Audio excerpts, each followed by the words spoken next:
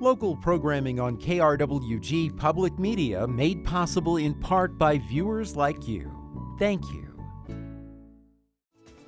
This is KRWG Public Media, TV, radio, online. News that matters. Now, across the Mesilla Valley and the borderland, the stories that shape our community. From the KRWG Broadcast Center at New Mexico State University, this is Newsmakers. Thank you for joining us for Newsmakers. I'm Casey Counts. The fall semester at New Mexico State University begins in less than 2 weeks. And many students entering college in the state now have the opportunity to attend tuition-free, thanks to the Opportunity Scholarship, expanded by the state legislature this year to include most New Mexicans. In place since 1996, the Lottery Scholarship has helped about 135,000 New Mexicans attend college tuition-free, according to the Legislative Finance Committee.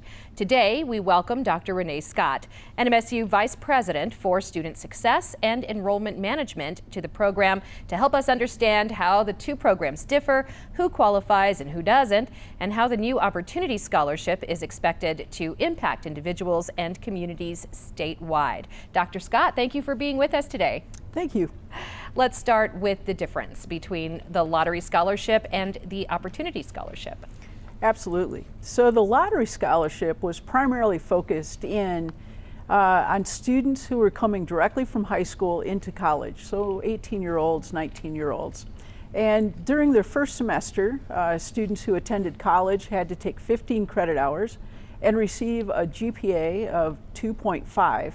And after that semester, they would then qualify for the Lottery Scholarship, and they had to maintain their grade point average of 2.5 to continue to have that Lottery Scholarship while completing 15 credit hours at a university or 12 credit hours at the community college. And so primarily it was for direct from high school students. The Opportunity Scholarship, on the other hand, broadens out the number of folks that are eligible. So any New Mexican who does not already have an associate degree or a baccalaureate degree or less than 90 credit hours accumulated in case they had gone to college before now qualifies. So individuals older than the age of 18 or 19 now qualify to come back to school, even if they had attended before. The other benefit for students directly from high school is that first semester might still be a qualifying semester for lottery, but the Opportunity Scholarship funds that first semester now, which is a big benefit for the students coming directly from high school. So why not include those with 90 credit hours or more? Well, you know, I definitely need to talk to a legislator specifically, but most associate degrees are between 60 and 70 credit hours. And so I think there was some assumptions built into the legislation that if there was an individual who had 90 credit hours or more, they may have already earned an associate's degree. Not always knowing some of the nuances of higher education, that would be a reasonable assumption, but at times, much like myself, people change their mind when they're in college and they try out 2 or 3 careers before they settle into what they want to do. Absolutely. So how is the Opportunity Scholarship funded? So here in the state of New Mexico, over the last year, because of some of the increases in revenue to the state through oil and gas and the GRT, the legislature put aside an allocation. Our governor signed into legislation that funding for the Opportunity Scholarship. And so for right now, we know for sure we have 1 year of funding, but there are definitely plans for continued funding, and we'll see what the legislative session brings this January. Well, if funding runs out, is NMSU taking any steps currently to prepare for that scenario should it occur? We're not anticipating that based on enrollment patterns from the past. Also knowing that often the Opportunity Scholarship now for direct from high school students, which are, you know, a good 70% of our student body, is only going to fund the first semester, because when lottery kicks in, they will have that full tuition covered as well. Also, we give students a number of scholarships as well, and so those funds are already pre-committed. So while we expect more students, we are hoping for the best.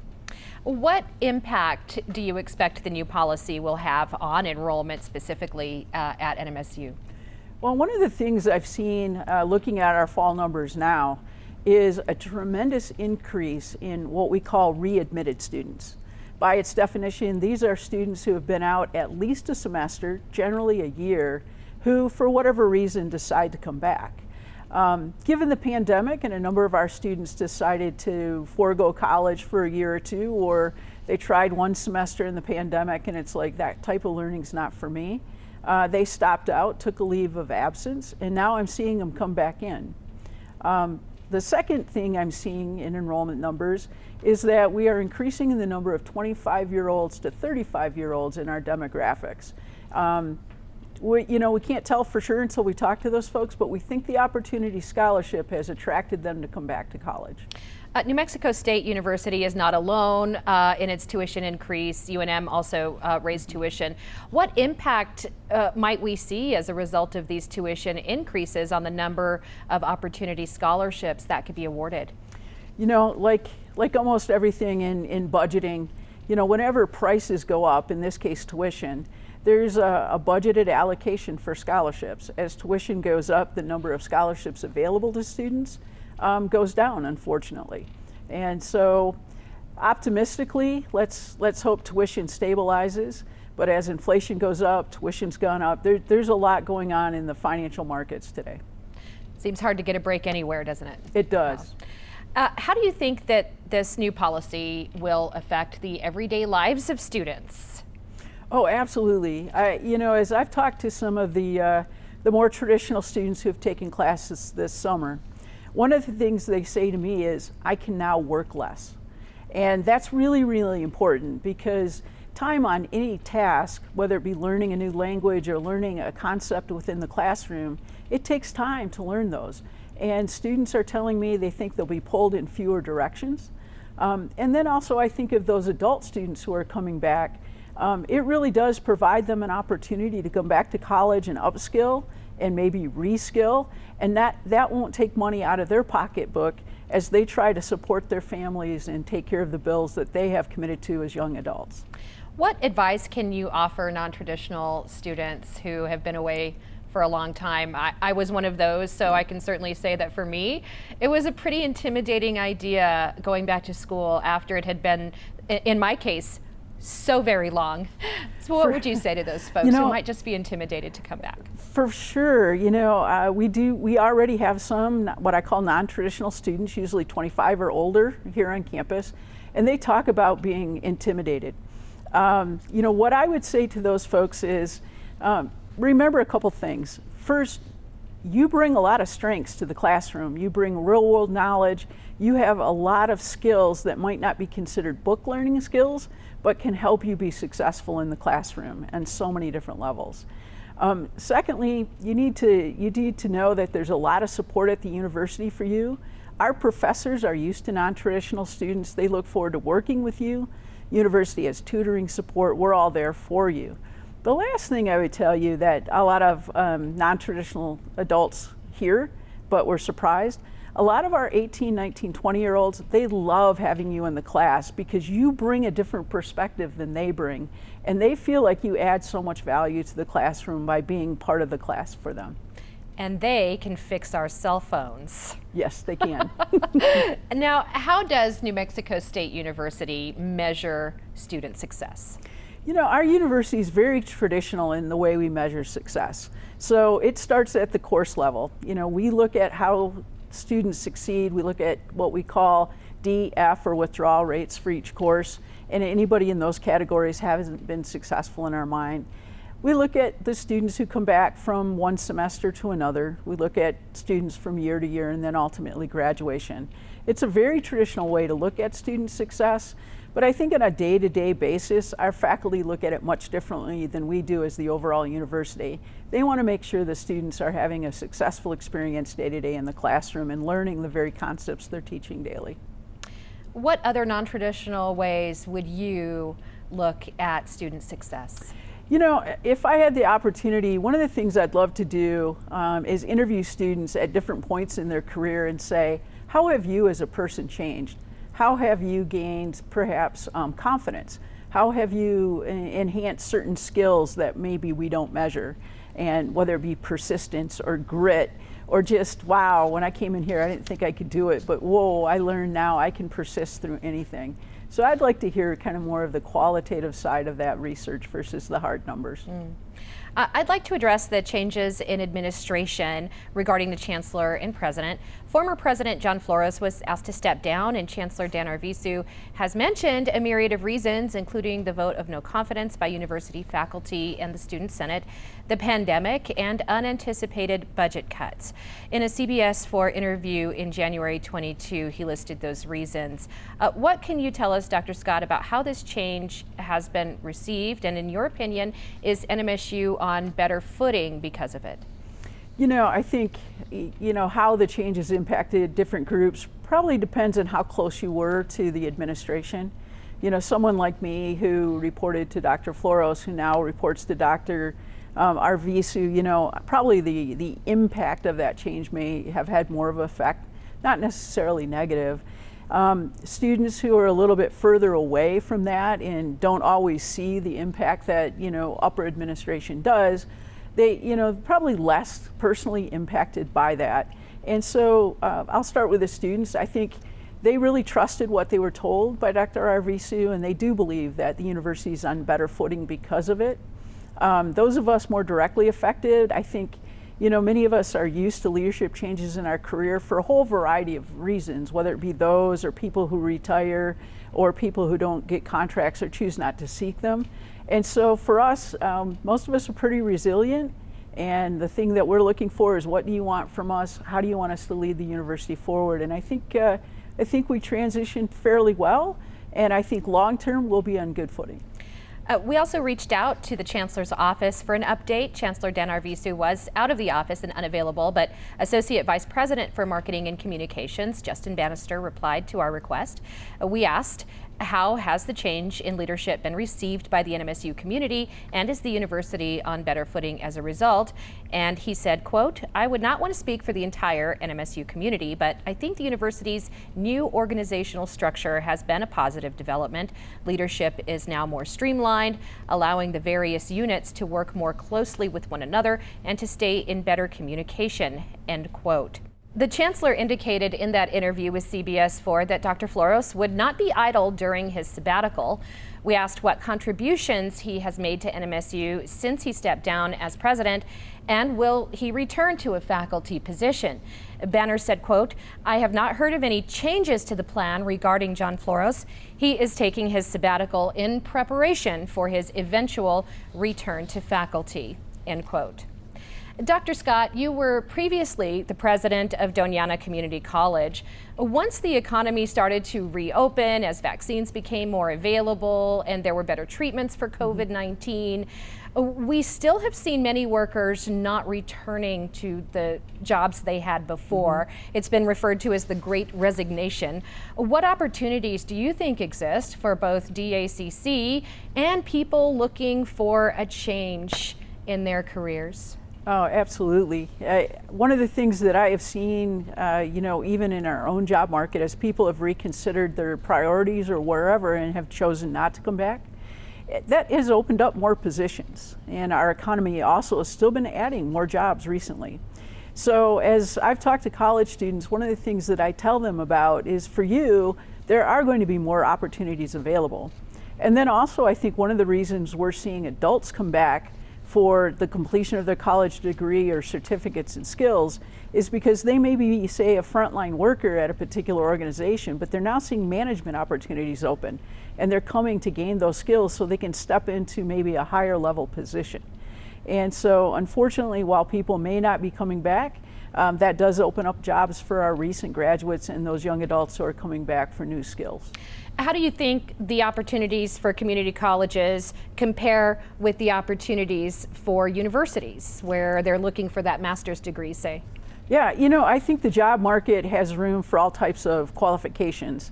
Without a doubt, like I look at our national labs, for example, and they have not just labs and technicians who might need, say, a master's or a PhD in engineering, but they also need human resource specialists. They need accountants. They need marketing and communication specialists. And so those advanced degrees are for there. But during the pandemic, the service industry was open. So even though we had the pandemic, we still needed our air conditioners fixed, for example, our automobiles fixed. So trained technicians are really necessary at this point in time. And a lot of the existing trained technicians are, 30 to 40 years in their career, and they're ready to retire on top of the Great Resignation. Teaching is also affected by a lack of qualified, maybe interested professionals. I'd like to hear your thoughts on the shortage of educators that districts around the country are dealing with, and how are NMSU and DACC prepared to support this field? Absolutely. The teacher shortage, not only nationwide, but in New Mexico, is really acute. There's just so many folks, for whatever reason, not choosing teaching as a profession. And I'm not sure I completely understand it. As someone who taught high school history and has taught on the college level, it's a great profession. But it's a hard profession, and it has changed over the years. New Mexico State now has devoted some extra budget funding to the School of Education here on campus, so we can expand the number of individuals interested in teaching. On the second hand, for us in the recruiting space, we are aggressively trying to recruit individuals all around the region who may want to teach here, whether it be here or even in the region, but we hope they stay in New Mexico. Doña Ana Community College has done the same, because one of the things we can talk about with these individuals is there's a job waiting for you at the end of the degree. And that's really important to know, and comforting that students have a job waiting for them. Aside from the Opportunity Scholarship being expanded in the legislative session earlier this year, teacher pay was increased by about 20%. The average teacher pay in the state will now be somewhere around $64,000, according to the governor's office, which brings the state in line with the national average. So in your opinion, will that help New Mexico actually lure great future educators, or will more have to be done? For sure, I believe it's going to help us keep the students, the New Mexican students who graduated with us, stay in the state, because many of them have a job. They have an offer before they even graduate within a semester. And often those offers have been out of state for more pay. So for certain, I know those that graduate now can stay in the state and earn competitive wages. How much that will attract people from out of state there's so many factors and variables there. Pay is important, but people are going to look at what the state of New Mexico has to offer them. And personally, as someone who's fallen in love with New Mexico, I think there's a lot of great things here in New Mexico for you to come and be a teacher in this state for. But that's going to depend on some things that are outside our control here at the university. Well, let me ask you this. Do you think there are examples out there of places that are doing more things right? And can you offer some examples of what those things might be? And we are doing some of this in New Mexico, but there's a program that we do in New Mexico called Educators Rising.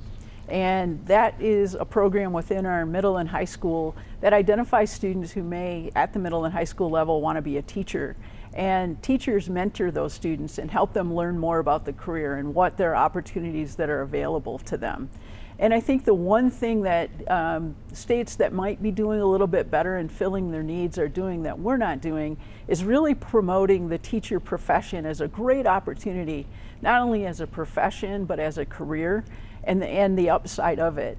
And I think today, our folks that come to us direct from high school have so many opportunities.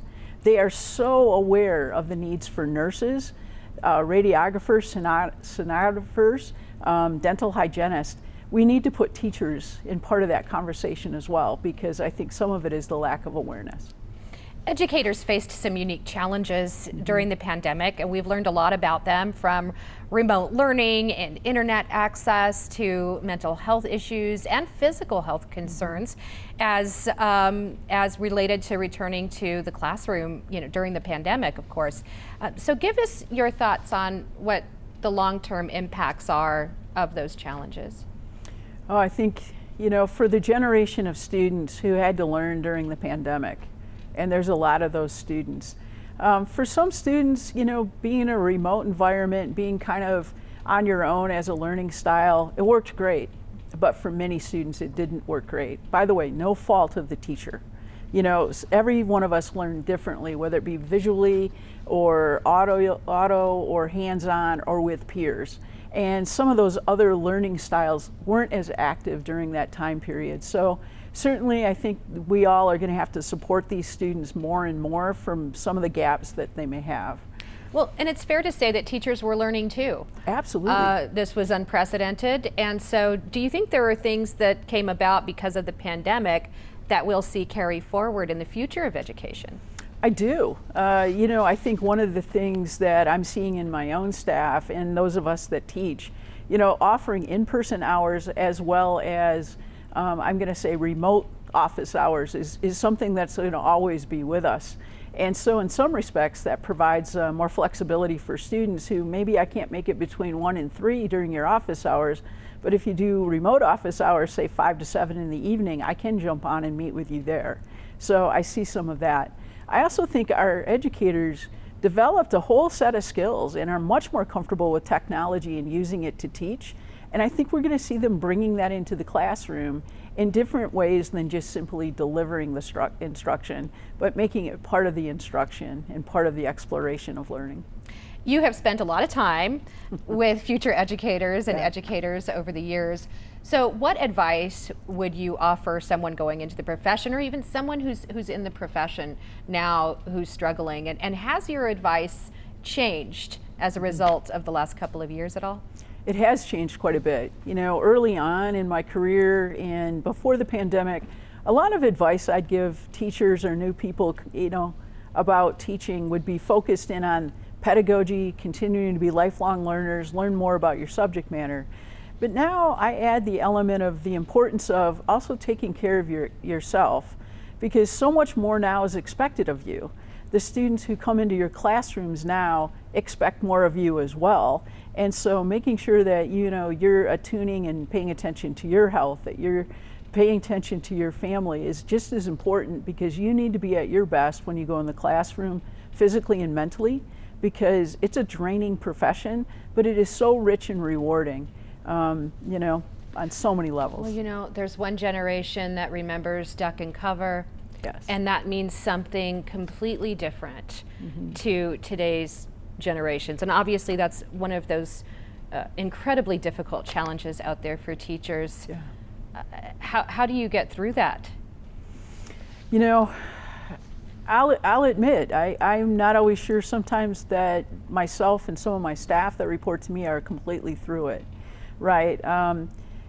A lot of times teachers are extroverts. They thrive on that social setting, and that isolation is very difficult. And yet there are new variants out every day, and I think there's still, I call it PTSD, but I think a lot of us sometimes are looking to see what's the next pandemic that might impact us. And oh my gosh, you know, some of us have lost friends and loved ones because of the pandemic. And so there is, I think, learning how to live in a little unsettled, maybe fearful times, knowing full well that we want to protect our students. I think that feeling is going to be with us for quite some time. Well, you know, when I was actually referring to active shooter drills that teachers are having and students are having to do in the classroom as a part of their regular training. Yes. And so, you know, that's got to really weigh on teachers. They've been asked to do so much already. It does. And students today bring that subject up. You know, I think of the time I was teaching teachers, and it was shortly after the shooting in Colorado, and fairly new on our radar screen, right? So we as educators had to bring it up and talk about the importance of it and the importance of engaging in those types of drills. Today the students bring it up to us like, hey, what advice can you give us? And yet when I was in the high school classroom, those thoughts were not on my mind, but today they're on every teacher's mind every day when they go to school, and they're also on students' minds. So there is some fear happening in those classrooms today. Yeah. Now, it's no surprise that during a pandemic we would see enrollment numbers decrease, and enrollment manager is part of your title. Yeah. So what do you anticipate, and how do you look to address those declining numbers, or do you think they'll just come back on their own? Well, they certainly are going to come back, but nothing comes back on its own in an enrollment management space. So, you know, the numbers that I'm seeing today for fall indicate for us that we'll probably be up slightly. How much we're up is really going to depend on whether or not we continue to manage those relationships of bringing students back. Secondly, you know, students who were with us the last couple of years, they want to make sure they understand what they're getting into when they come back. So we're optimistic right now, but you know, again, we're one newscast away. You know, if another variant breaks out, there's still people that are waiting till the last minute to make that final decision, and I understand them. And things can change along the way. As far as NMSU is concerned regarding COVID-19 safety, are there any changes for the fall semester that we need to know about? No, I think, you know, I say no in the sense that we've stayed vigilant. You know, we encourage people to wear masks if they feel comfortable. We don't require it. We do require, you know, the primary series of COVID-19 vaccinations, the first couple vaccinations. We continue deep cleaning through through all of our facilities and services and protocols. We encourage social distancing, and we have a robust educational plan about health and keeping, you know, safe and taking care of yourselves and washing hands and good sleep. And I suspect that's going to be with us for many years or months, for sure. I think some of those things we should keep with us all the time and should have all along the way. Absolutely. But we get a little bit lax along the way as well. As we approach the start of the fall semester at NMSU, what excites you about the new semester? I get so excited about the students returning and their excitement and the wonder they have in learning new things and being involved and meeting new friends. All right. Well, we are out of time, but Dr. Renay Scott, Vice President for Student Success and Enrollment Management, thank you so much for spending some time with us today. Thank you. And you can join us this week on KRWG Radio every weekday. It's Morning Edition from 5 a.m. to 9, Fresh Air at 11, followed by Here and Now from noon to 2, and All Things Considered 4 to 7. KRWG News is always online at krwg.org, and we'd like to hear from you. Email us with story ideas and video submissions. The address is feedback@nmsu.edu. For all of us at KRWG News, I'm KC Counts. Have a great week, and we'll see you next time on Newsmakers.